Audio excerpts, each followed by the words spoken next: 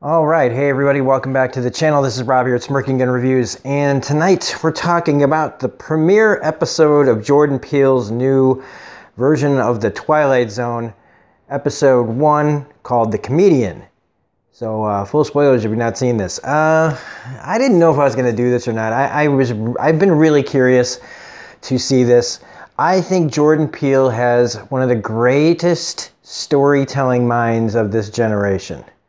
And I think that he's the kind of guy, along with Keegan-Michael Key, if you watch their show, their skits have some really, really great imagination to them. And so far, he has proven to have, be able to take that crazy imagination and put it on screen.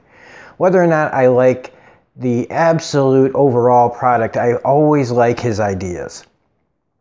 And so it's pretty cool to see what they're going to do here. And they have the first episode on YouTube because I'm not going to pay for CBS All Access. I'm just not. I will figure out a way to watch The Twilight Zone without having CBS All Access. That's all I'm going to say. I don't know how I'm going to do it, but I'm going to do it. I may not review all the episodes, but I'll definitely figure out a way to watch it. But I'm not paying for that. I'm just not. No matter how good it is, I already pay for Netflix, Hulu, Amazon, PlayStation Plus. I have subscriptions up the ass with everything, and I'm drawing the line at CBS All Access. Although it is cool that CBS is actually making something where characters can say fuck. It's a small, stupid thing maybe, but that's what I like. So I like that CBS is taking it in a more mature direction than the usual content that's on their channel. I don't like CBS. So, was this any good? Yeah, and meh at the same time. I think the production quality in this is great for, It still feels kind of like a TV show, but there's a bit better production quality to it. Kumail Nanjiani, who stars in this episode, is a guy that I really, really like. I love him on Silicon Valley. I loved him in The Big Sick. He's just one of those guys. He was on the X-Files. The thing I really, one of the two things that I find I like the best about Kumail is his straight up legit nerd cred. This is a guy that knows what he's talking about when he talks about the things that I care about, and like games and comics and all this kind of stuff. The other thing I really like about Kumail Nanjiani is I don't know if he's still doing it. I haven't checked on it, but he did like a podcast for the X-Files that was just excellent for anybody who's into the X-Files. Like, that is the thing to listen to for the X-Files. So I got like a predisposition, I'm predisposed already to liking Kumail Nanjiani, and I really like what he did here.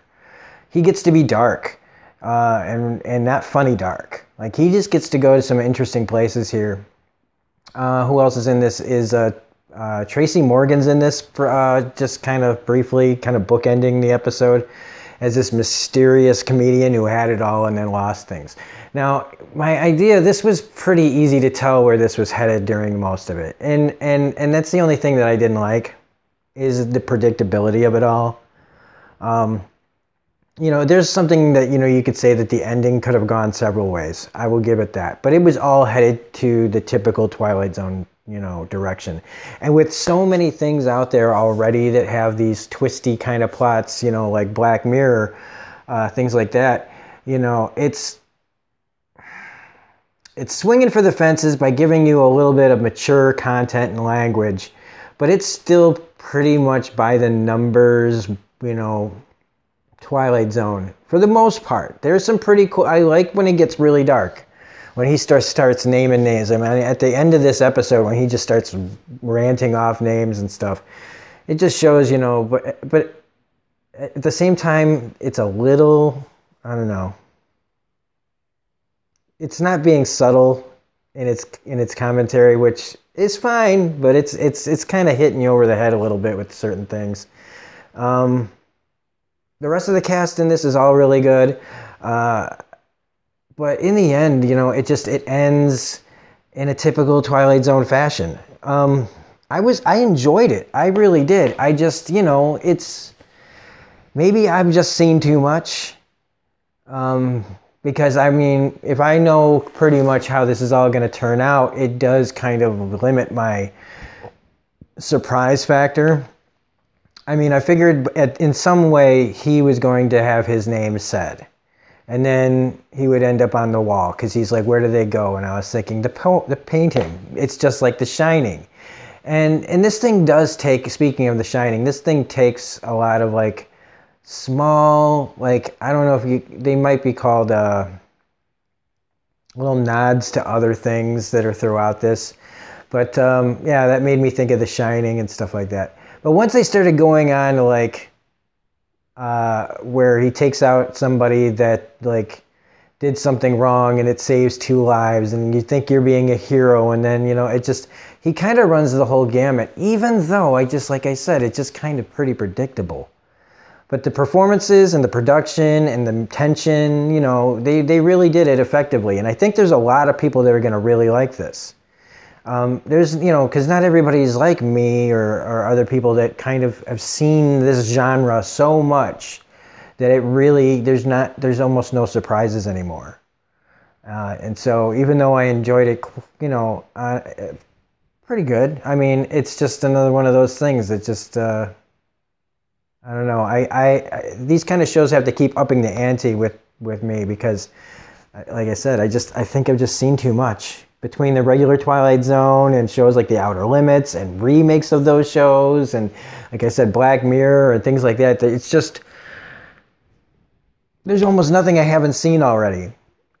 So you just got to take it on merit, is that even if you have seen this story before or felt this kind of episode be in something else before, it doesn't take away from the enjoyment of it if you like this kind of story. It really doesn't, but like I said, I've just seen too much, I think.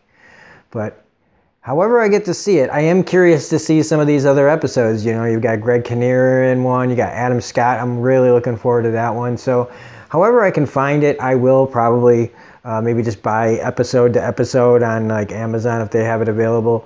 But otherwise, I might be back with some more videos, like choice episodes that I picked to review. But anyway, yeah, that's about it. It's okay. You can watch it for free on YouTube. I don't know if they're going to pull it at some point, but, you know, it's all right.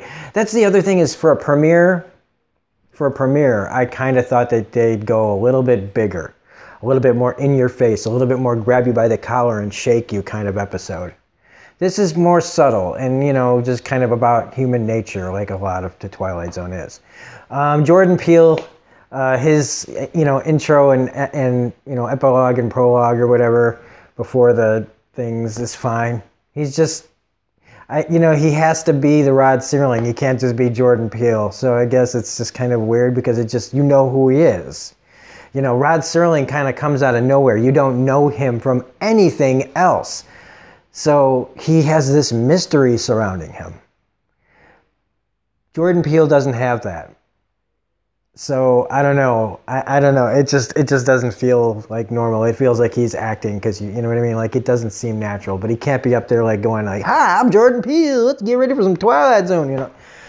But anyway, that's it. I think I've said enough about this. So anyway, if you like this review, please hit the like button, comment, share, subscribe, hit the bell for all notifications. Otherwise, this is Robert Smirking at Review saying, have a great day, and we will see you on the next video. Bye.